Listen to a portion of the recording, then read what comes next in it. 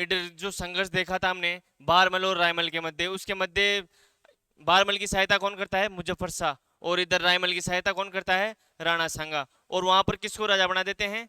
रायमल को वहां पर शासक बना देते हैं। उसके बाद में हम देखते हैं थोड़े समय बाद में रायमल की मृत्यु हो जाती है। उसके बाद में बारमल सांगा के पास में आता है और कहता है कि भाई अब तो रायमल भी नहीं रहा, अब तो मेरे को शासक बना ही सकते हो आप। तो वो वहां पर जाता है और किसको शासक बना देता है? बारमल को शासक बना देता है। उसके बाद में हम देखते हैं कि जो दिल्ली का शासक है, अरे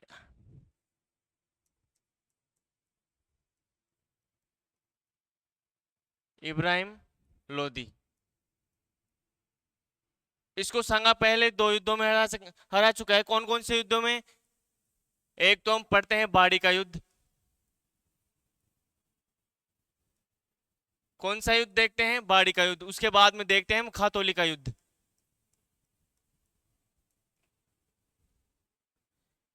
इन दोनों युद्धों में कौन किसको हरा चुका है? सांगा ने क्या है, इब्राहिम लोदी को दोनों युद्धों में हरा दिया है।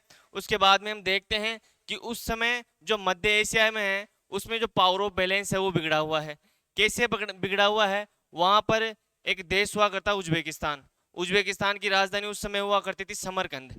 अब उस समरकंद में क्या होता है, वहां पर कोई अगर राजा शासक बनना चाह रहा है तो वो है बाबर। और उसको बाबर है, उसको अगर शासक बनने नहीं दे रहा है तो वो कौन है? वो है उसके चाचा। वो बाबर जैसे ही वहां शासक बनने का प्रयास करता तो उसका चाचा उसको बुलाता और पीट कर वहां से वापस भगा दिया करता। तो बाबर क्या करता? बाबर उज्बेकिस्तान छोड़कर किधर किधर आ गया? वो आ जाता है अफगानिस्तान। कहां पर आ जाता है?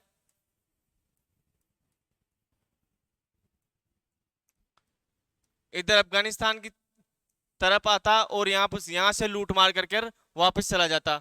अब ये थोड़े समय बाद में क्या करता है, जो अफगानिस्तान है, अब अफगानिस्तान में ये रहा करता काबुल में। अब काबुल में आप जानते हो उस समय कुछ नहीं हुआ करता, आज भी कुछ ही नहीं है। ऐसी वीरान जगह थी, बंजर भूमियां थी, पैदावार वहां पर कुछ खास हुआ नहीं करती थी। तो बाबर क्या करता, जो अपना पंजाब हुआ, जो उस समय पंजाब हुआ करता था अपना, अभी तो देखा जाए तो 1/4 भाग है वही है हमारे पास पंजाब का। यानी कि 3/4 भाग किसके पास है? पाकिस्तान के पास है। यानी कि जो पाकिस्तान वाला पंजाब है इस पर बाबर है 4 बार अटैक करता है। कितनी बार अटैक करता है? 4 बार। यहाँ पर आता और कुछ अनाज की फसलें लेकर वापस भाग जाता, आता और अनाज की फसलें लेकर वापस भाग जाया करता। अब अब यहाँ पे हम देखते हैं जो दिल्ली है, दिल्ली में कौन है इस समय शासक? तो इस समय कोई शासक है तो वो है इब्राहिम लोदी। कौन है? इब्राहिम लोदी। अब इब्राहिम लोदी से पहले शासक कौन था? सिकंदर लोदी। और सिकंदर लोदी से पहले कौन था? बहलोल लोदी। तो ये लोदी हैं, ये क्या थे? अफगान थे। तो अफगानों में एक रिवाज चला करता था कि ये मानते थे कि सभी बराबर हैं, कोई बड़ा या कोई छोटा नहीं है। इसलिए जब बहलोल लोदी का दरबार लगा करता तो वो सबको अपने बराबर बैठाया करता। यहां तक कि अगर बहलोल लोदी को तो कोई ज्यादा धमका भी देता तो वो कहता अरे अरे नहीं, मेरे को माफ कर दो, मेरे से गलती हो गई, मैं आगे से नहीं करूंगा। तो वो क्या करता? सभी को समान रखा करता। यानी कि अफगानों में एक चीज चला करती थी उस समय कि कोई बड़ा नहीं होगा, सब समान होंगे। और उसी का पालन कौन कर रहा था? बहलोल लोदी कर रहा था। अब बहलोल लोदी के बाद में वहां पर शासक बनता है कौन? सिकंदर लोदी। कौन बनता है? सिकंदर लोदी।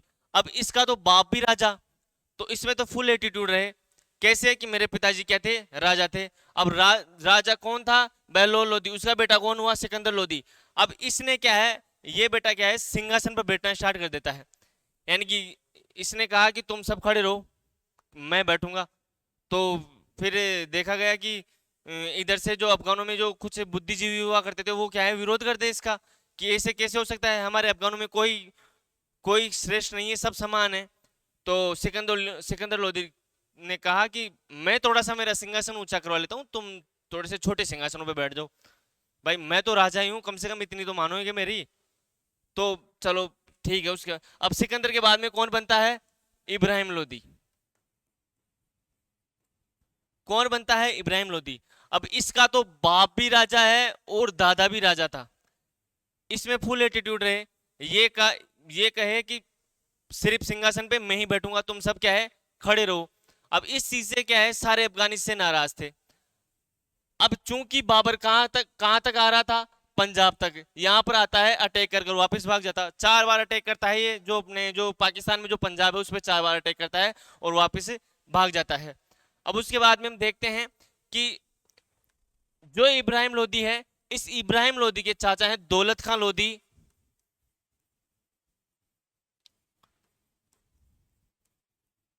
और आलम खां लोदी। कौन है? आलम खां लोदी। ये बड़े नाराज चल रहे हैं इब्राहिम लोदी से। नाराज कैसे चल रहे हैं? एक तो इब्राहिम लोदी ने क्या कर दिया, शासन पर बैठना स्टार्ट कर दिया और बाकियों को क्या कर दिया, नीचे बैठाना स्टार्ट कर दिया। तो ये चीज किसको परेशान कर रही थी? इन दोनों को। और ये चाह रहे थे कि राजा हम बने। इब्राहिम लोदी इतना सक्षम नहीं था, यानी कि देखा जाए तो इतनी ताकतवर नहीं था इब्राहिम लोदी, क्योंकि हम देखते हैं जो सांगा है इसको कौन कौन से युद्ध में हरा देता है, बाड़ी के युद्ध में और खातौली के युद्ध में। उसके बाद में हम देखते हैं कि अब ये खबर किसको पता पड़ती है, दौलत खां लोधी और आलम खां लोधी को, कि पंजाब पर कौन अटैक कर रहा है, बाबर अटैक कर रहा है। तो ये दोनों बाबर के पास में जाते हैं, बाबर के पास में चले गए दोनों। अब वहां पर जाकर कहते हैं, क्या रे बाबर, क्या ऐसे हाथ लगाकर वापस भागता है? आता है हाथ लगाकर वापस भाग जाता है, फिर आता है हाथ लगाकर वापस भाग जाता है। थोड़ा सा आगे बढ़, दिल्ली आ, आगरा आ, फिर देख तेरे को कितना धन मिलता है। तो बाबर कहता है, वहां पर इब्राहिम लोदी बैठा है, वो मेरे को मारे में आ जाऊं तो। अरे कौन है इब्राहिम लोदी? हम उसके चाचा हैं, आलम खां लोदी और दौलत खां लोदी, और हमारे जैसे बहुत सारे हैं वहां पर परेशान। तू क्यों टेंशन ले रहा है? तो ऐसा कर, तू आगे बढ़, हम तेरा साथ देंगे। तो बाबर कहता है, चलो ठीक है, अब तुम इतना ही कह रहे हो तो कर लेते हैं इतना भी। अब आलम खां लोदी और दौलत खां लोदी वापस से आ जाते हैं। अब उसके बाद में हम देखते हैं कि जो बाबर है,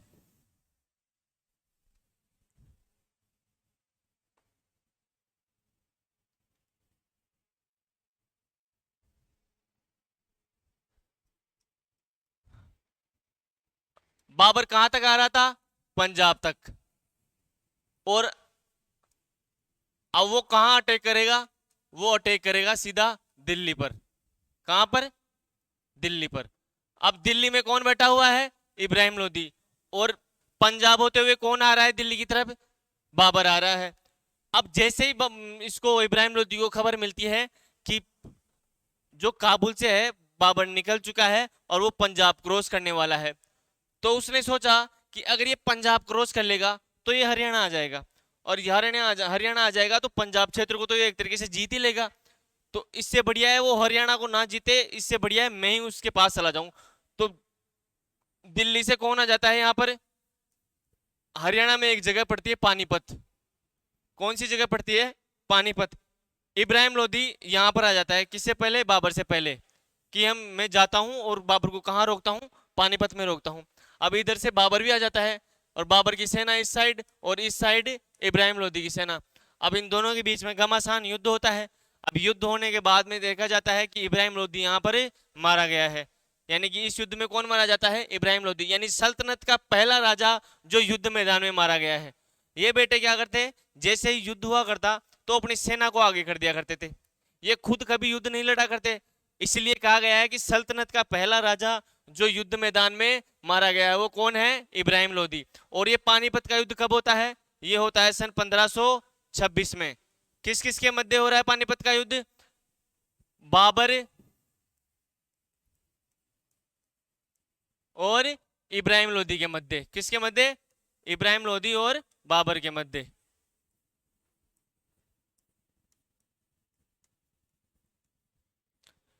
चलो यहां तक ठीक है। अब बाबर क्या है, बाबर वापस जाने का नाम नहीं ले। क्यों? क्योंकि इसको यहाँ पर इतना धन मिला, इतना धन मिला, किसी ने सोचा भी नहीं था, अपने जीवन में कम कल्पना भी नहीं की होगी कि मेरे को इतना धन मिल जाएगा।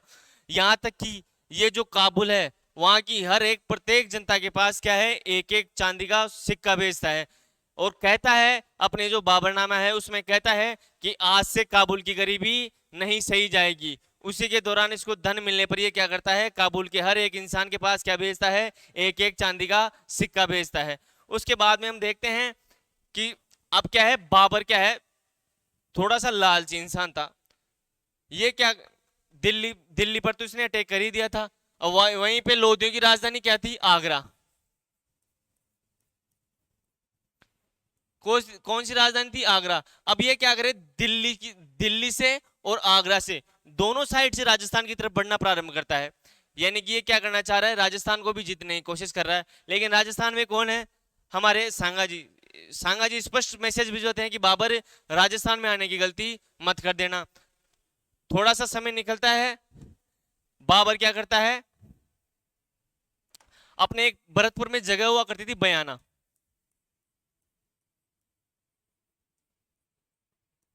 पहले भरतपुर नाम नहीं हुआ करता था, पहले एक जगह हुआ करती थी जिसको हम क्या नाम दिया करते थे? बयाना नाम दिया करते थे। अब यहां पर है जो बाबर अपनी सेना भेजता है और यहां पर भेजता है वो, अब बाबर क्या करता है, बाबर बयाना की तरफ अपनी सेना भेजता है और वहां पर जो बयाना का किला है वहां पर क्या कर लेता है, अधिकार कर लेता है। अब ये न्यूज कहां पहुंचती है? ये न्यूज पहुंचती है सांगा के पास में कि बाबर ने कौन से किले पर अधिकार कर लिया है? बयाना के किले पर अधिकार कर लिया है। उसके बाद में सांगा अपनी सेना लेता है और किधर जाता है? बयाना की तरफ जाता है। और बयाना की तरफ जाते ही वहां पर भीषण भीषण युद्ध होता है और वो युद्ध होता है 16 फरवरी सन 1527 को। किन किन के मध्य होता है? इधर तो है अपने सांगा जी और इधर है बाबर। और बाबर यहां पर किसको नियुक्त कर देता है? मेहंदी ख्वाजा को यहां पर नियुक्त करके चला जाता है। यानी कि मेहंदी ख्वाजा को यहां पर नियुक्त कर देता है और वापस से चला जाता है। और वहां पर वापस से सब सांगा अटैक करने आता है बयाना के दुर्ग पर।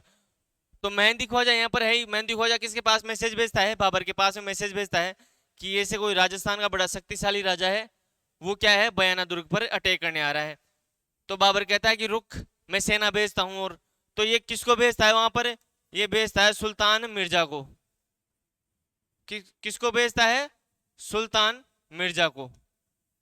सुल्तान मिर्जा को भेजता है। लेकिन सांगा क्या है कि ये कहाँ टिकने वाले थे, सांगा ने इसको अच्छी तरीके से पीटा और बाकायदा इनके वीडियो बनवाए कि वीडियो बनाओ और उस बाबर को सेंड करो, फेसबुक, टेलीग्राम, इंस्टा सब पे स्टोरी लगाओ कि क्या है, मेहंदी ख्वाजा और सुल्तान मिर्जा किस तरीके से माफिया मांग रहे हैं। जैसे आपने देखा ही होगा आजकल जो सोशल मीडिया है उस पर आप देखते होंगे कि किस प्रकार लोग बाग अलग ही दुनिया में जी रहे हैं। लोकेशन भेज देते हैं कि मैं तेरा वो कर दूंगा, वो कर दूंगा, और इनसे होना जाना कुछ नहीं है। ये सोशल मीडिया का ट्रेंड है। तो क्या कर देते हैं, सांगा और किसकी वीडियो बना लेते हैं? सुल्तान मिर्जा और मेहंदी ख्वाजा के। अब थोड़ा सा समय बीतता है, बाबर केयर करते हैं वही, वो बार बार प्रयास करने यहाँ पर। तो अपने सांगा जी सोचते हैं कि किस्सा ही खत्म करते हैं, अरे यार इस बार इनको, इनकी जो पूरी जो है हेकड़ी निकाल देते हैं। तो अपने जो सांगा जी हैं वो डिसाइड करते हैं कि ये क्या हो गया, दिल्ली, ये हो गया आगरा, कि इस बार क्या कर लेते हैं, सांगा जी कहते हैं इस बार आगरा ही जीत लेते हैं। तो ये क्या करते हैं, सेना लेकर जाते हैं एक साइड तो आगरा की साइड, और थोड़ी सी सेना भेजते हैं इधर दिल्ली की साइड, दिल्ली की साइड भी सेना भेजते हैं। अब जो दिल्ली की साइड सेना जा रही थी, ये जाते जाते यहाँ पर क्या कर देती है, 200 गांव जीत लेती है। यानी कि दिल्ली सल्तनत के 200 गांव कौन जीतता है? दिल्ली सल्तनत के 200 गांव अगर कोई जीतता है तो वो है राणा सांगा। उसके बाद में हम देखते हैं, अब बाबर ने भी पूरी युद्ध की तैयारियां कर रखी थी कि भाई अब तो जो है युद्ध बड़ा ही होगा। अब छोटा मोटा युद्ध तो होने से रहा, क्योंकि एक साइड सांगा खड़ा है और एक साइड बाबर खड़ा है। अब ये दोनों मिलते हैं एक जगह पर, वही अपने भरतपुर के पास में ही एक जगह पड़ती है, खानवा, भरतपुर में ही पड़ती है, सॉरी उस समय भरतपुर हुआ नहीं करता था, खानवा। और हम पढ़ते हैं खानवा का युद्ध। कौन सा पढ़ते हैं? खानवा का युद्ध। जस्ट एक महीने बाद में ही होता है, 27 मार्च 1527 को, 15 मार्च 27 मार्च 1527 को।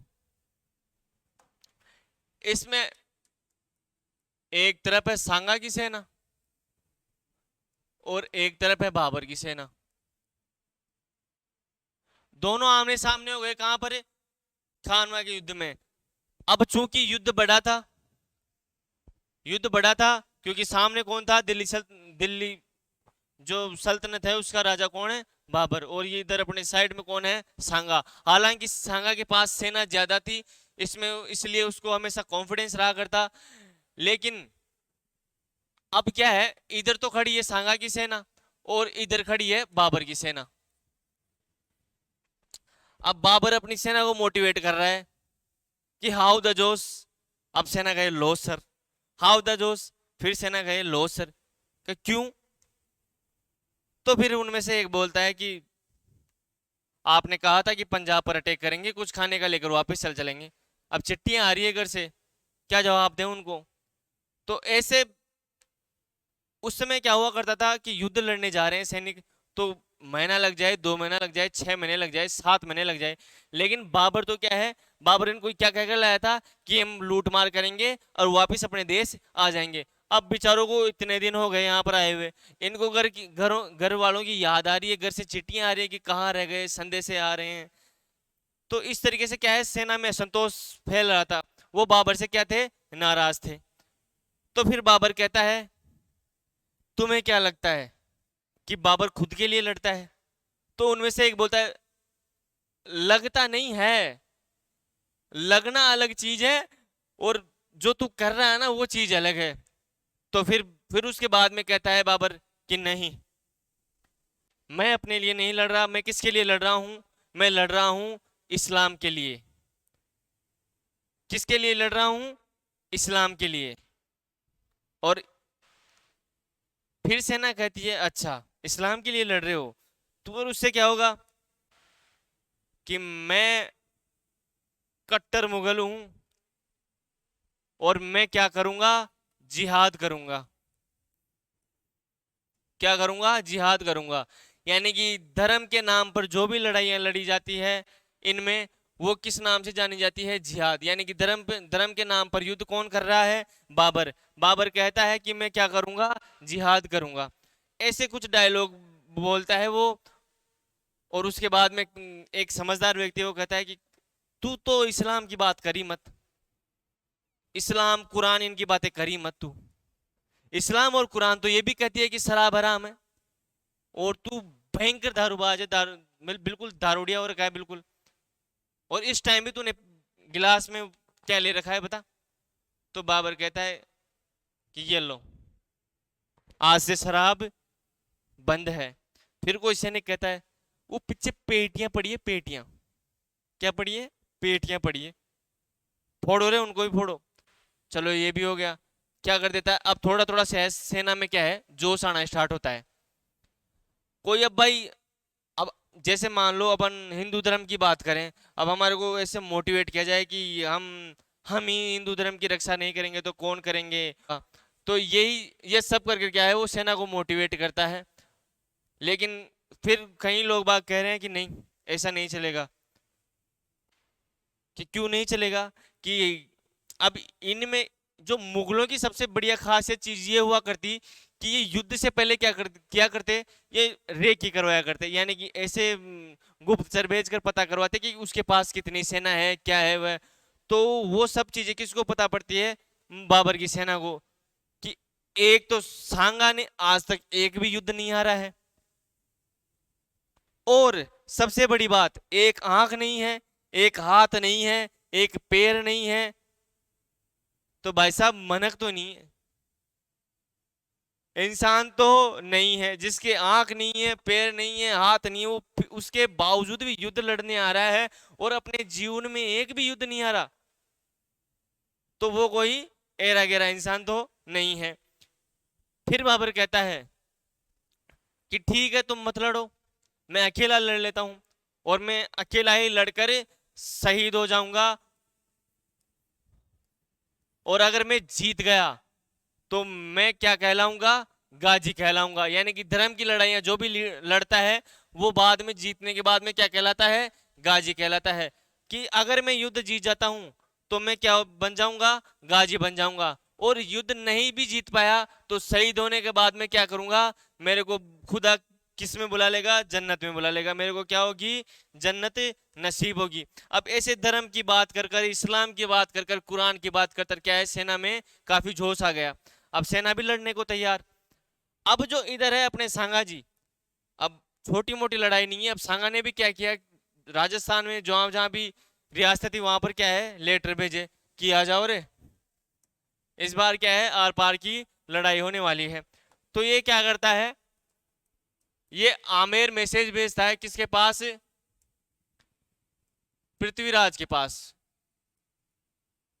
कि भाई इस बार क्या है, बाबर का खेल समाप्त कर देंगे। उसके बाद में, आज आमेर के बाद में हम देखते हैं जो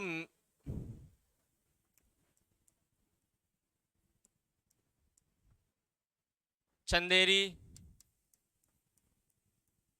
वागड़, सादड़ी, मारवाड़,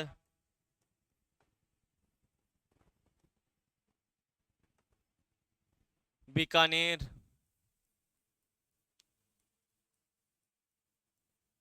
जालोर,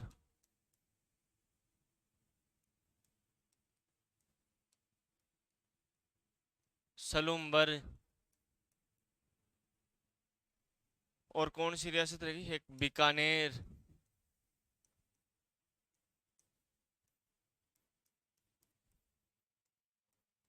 एक मेवात। यहां से क्या है, वो इन सभी के पास मैसेज भेजता है। तो चंदेरी से कौन आता है, चंदेरी से आता है मेदिनी राय, वागड़ से आता है उदय सिंह,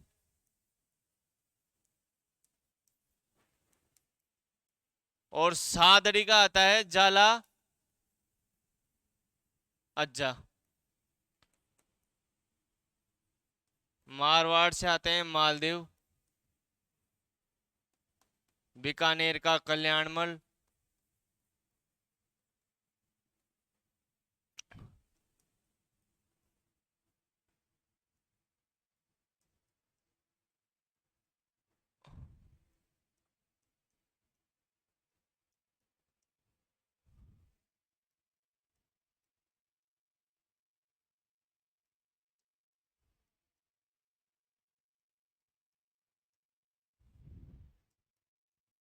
बीकानेर का लिख दिया ना वहां पर।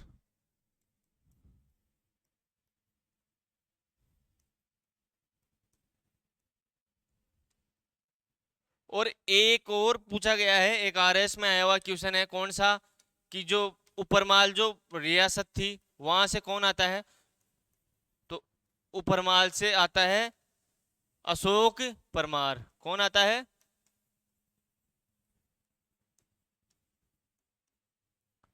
अब चूंकि बाबर के पास भी सेना कम थी, लेकिन उसके पास क्या है, जो संसाधन थे वो ज्यादा थे, तो क्या करता है, संगा अपने राजस्थान में पत्र भेजता है राजाओं के पास, और सभी आ जाते हैं। और ये जो पत्र भेजता है और ये सभी राजा आ जाते हैं, इस व्यवस्था को क्या बोला गया है, पाती पर्वन।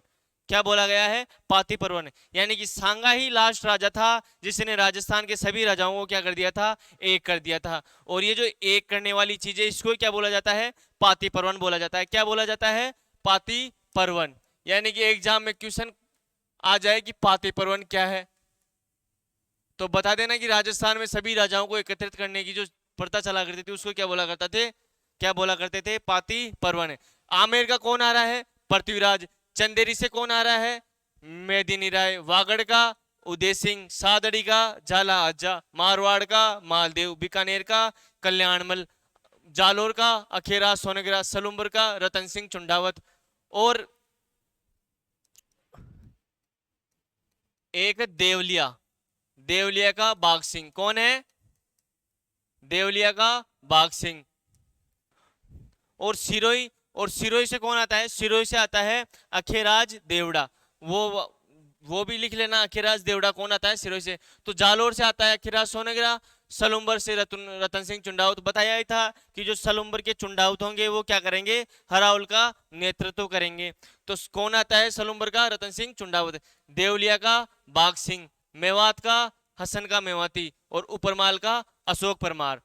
अब ये सब खड़े आगे, कि बीच में कौन खड़ा, रतन सिंह चुंडावत। हराउल का नेतृत्व कौन करेगा, रतन सिंह चुंडावत। इधर साइड में हसन का मेवाती हो गया, इधर झाला अज्जा हो गया, उसके पीछे खेराज हो गया, मेदिनी राय हो गया, उदय सिंह हो गया। अब उधर क्या है, बाबर। अब चूंकि बाबर के पास सेना कम थी, लेकिन बाबर के पास क्या थी, तोपें थी। क्या थी, तोपें।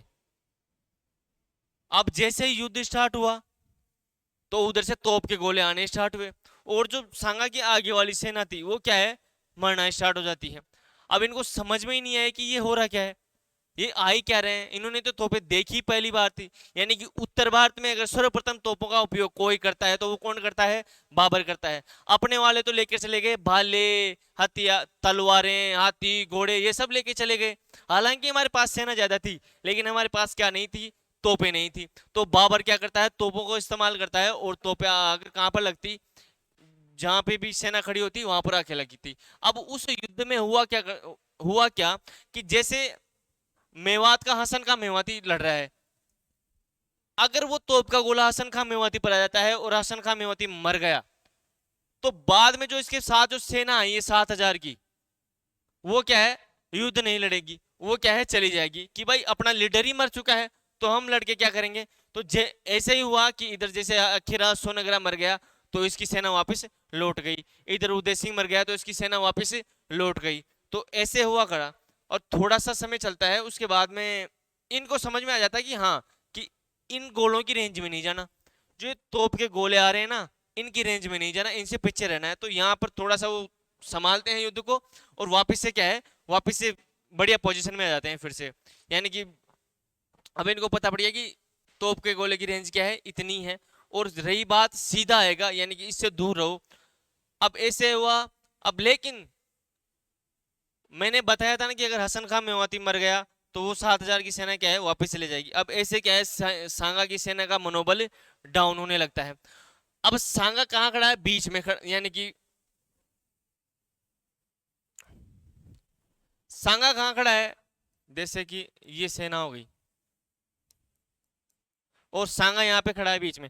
अब सांगा कहता है कि तुम मेरे को है ना यहाँ पर ले जाके खड़ा कर दो, कहां पर है, सेना के आगे। मैं आगे रहकर लड़ूंगा तो सेना में क्या है, जोश आएगा, सेना वापिस से क्या है, युद्ध कर पाएगी। तो कैसे भी कर करो अगर सांगा को ले जाकर यहां पर खड़ा कर दिया जाता है। अब बाबर दिमाग लगाता है। अब बाबर के पास थे 2,000 तीर कमान, 2,000 तीर चलाने वाले थे वो। उनको आगे बुलाता है और कहता है कि पूरे तीर किसके ऊपर लगाओ, सांगा के ऊपर लगाओ। उस सेना कहती है कि उनके पास सेना है, वो हमारे को मार देगी इतने में। तो फिर बाबर कहता है अरे एक तीर तो लगेगा जाके, 1999 में मर गए तो एक तो मारेगा सांगा के ऊपर। और वही चीज होती है, वो 2,000 तीर चलते हैं और उनमें से एक तीर आके कहां पे लग जाता है, सांगा के लग जाता है। अब जैसे सांगा के तीर लगता है तो सांगा वापस गिर जाता है।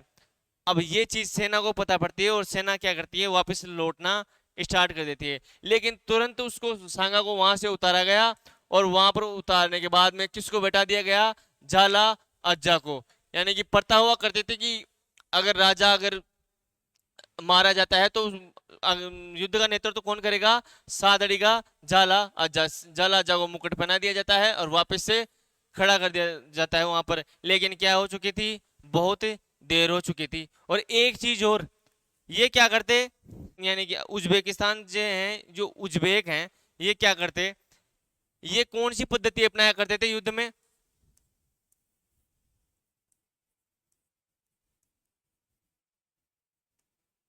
तुगलकनुमा पद्धति। कौन सी पद्धति, तुगलकनुमा पद्धति अपनाया करते थे। कैसे कि बाबर का प्लान था कि एक सेना की टुकड़ी क्या है, इधर से अटैक करेगी, और एक सेना की टुकड़ी क्या है, इधर से अटैक करेगी, और एक सेना की टुकड़ी सामने से अटैक करेगी। अब अपने वालों को क्या है, अपने वालों को तो सामने से युद्ध लड़ना आता है। अब जैसे मैं युद्ध लड़ रहा हूं, अब मैं तो सामने वाले से युद्ध लड़ रहा हूं, अब एक सैनिक इधर से आ जाया और एक सैनिक इधर से आ गया, तो मैं तो कंफ्यूज हो गया कि भाई ये कहां से आ गया, अब मैं क्या करूं। तो वही होता है कि तुगलकनुमा पद्धति अपनाने के कारण क्या होता है, एक सेना की टुकड़ी इधर से आ जाती है, एक सेना की टुकड़ी इधर से, और एक सामने से। तो ये रणनीति क्या है, अपने वाले समझ नहीं पाते हैं, और उसी का अपने को खामियाजा भुगतना पड़ता है। और क्या होता है यहाँ पर, जो हम है खानवा का युद्ध हार जाते हैं। क्या करते हैं, खानवा का युद्ध हम हार जाते हैं।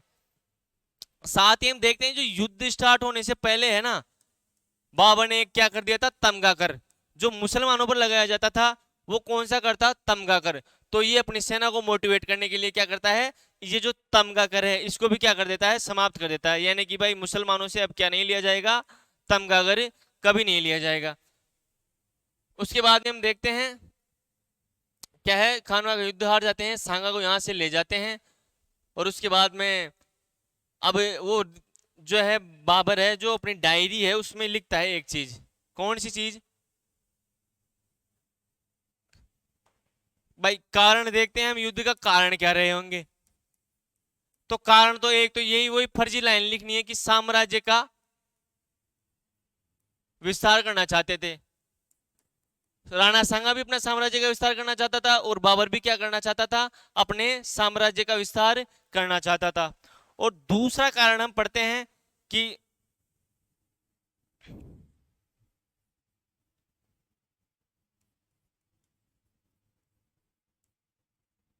बयाना दुर्ग का कारण पढ़ते हैं कि बयाना पर अटैक करता है बाबर, उसके बाद में सांगा जाकर उनको हटा देता है। एक ये कारण हो गया। और तीसरा कारण बाबर जो है अपने बाबरनामा में लिखता है, क्या लिखता है अपने बाबरनामा में। अब बाबरनामा क्या है, बाबरनामा क्या है, बाबर की एक रूटीन डायरी है। यानी कि उसमें वो लिखा करता कि आज हमने खानवा का युद्ध जो है जीत लिया है, आज करता ये सब चीजें लिखा करता। अब ये जो बाबरनामा है इसमें वो एक लाइन लिखता है कि जब मैं काबुल में था, जब मैं काबुल में था तो मेरे पास सांगा के जो आदमी हैं वो आते हैं और मेरे को कहते हैं कि तू भारत में आ और क्या कर, इब्राहिम लोदी को यहां से हरा कर भगा दे। क्या करते हैं कि भारत में आ जा, इब्राहिम लोदी को हरा और वहां पर क्या है, मेरे को राजा बना दे। तो ये चीज किस में मिलती है, हमारे को बाबरनामा में मिलती है। तो वहीं साथ में हम देखते हैं कि अगर ये चीज होती तो इब्राहिम लोदी को पहले ही 2 युद्धों में हरा चुका था। कौन कौन से युद्धों में, एक तो बाड़ी के युद्ध में और एक खातोली के युद्ध में, इन दोनों युद्धों में हरा चुका था। तो कम से कम इस इब्राहिम लोदी के लिए तो क्या ही बुलाएगा वो बाबर को। और साथ में हम देखते हैं ये चीज हमारे को ओनली किस में मिलती है, बाबरनामा में मिलती है। बाबरनामा में ही हमारे को ये चीज मिलती है, उसके अलावा कहीं पे हमारे को ये चीज मिलती नहीं है। तो इसके लिए अगर कोई इतिहासकार उस समय के हुआ करते, वो कम से कम लिखते इतना बड़ा युद्ध हुआ है, कब हुआ था, 27 मार्च 1527 को। अब हर युद्ध के बाद में इतिहासकार कुछ ना कुछ उस युद्ध के बारे में लिखते हैं। तो हमारे को ये जानकारी ओनली किससे मिलती है, बाबरनामा से मिलती है। और बाबरनामा के अलावा हमारे को कहीं से ही नहीं मिलता कि किसने बुलाया था बाबर को भारत में, सांगा ने। तो ये चीज कहां पे मिलती है, बाबरनामा में। लेकिन हम देखते हैं जो दौलत खान लोधी है और आलम खान लोधी है वो बाबर के पास में जाते हैं और उसको दिल्ली पर अधिकार करने के लिए बुलाते हैं। और वहां पर इब्राहिम लोधी को हरा कर किसको शासक बना देते हैं, बाबर को शासक बना देते हैं।